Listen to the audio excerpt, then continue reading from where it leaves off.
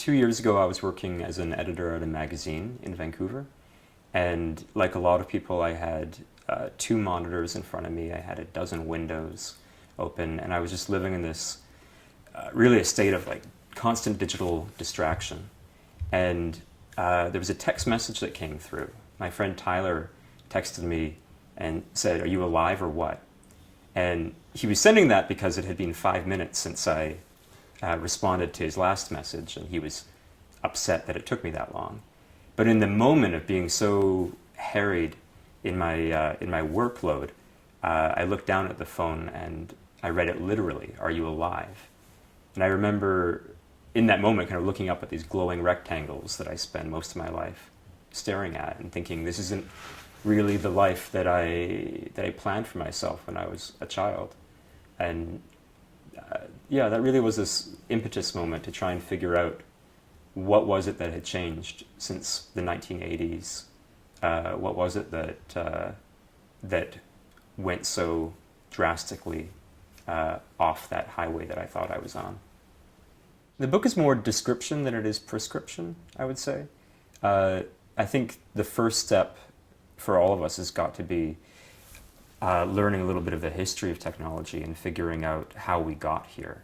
That was really what pushed me to write the book, was to try and put our lives in a much broader historical context.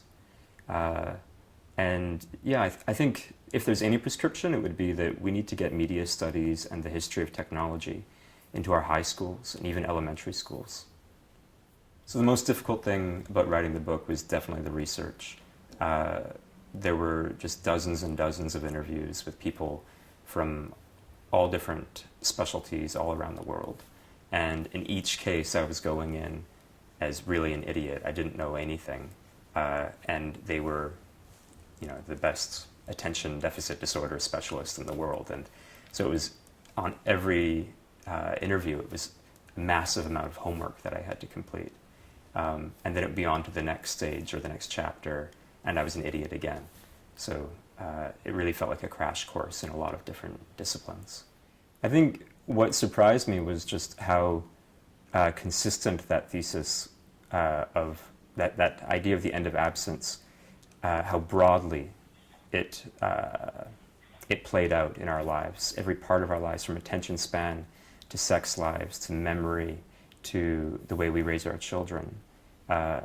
Absence was this thing that we were missing in this constantly connected world that we've got.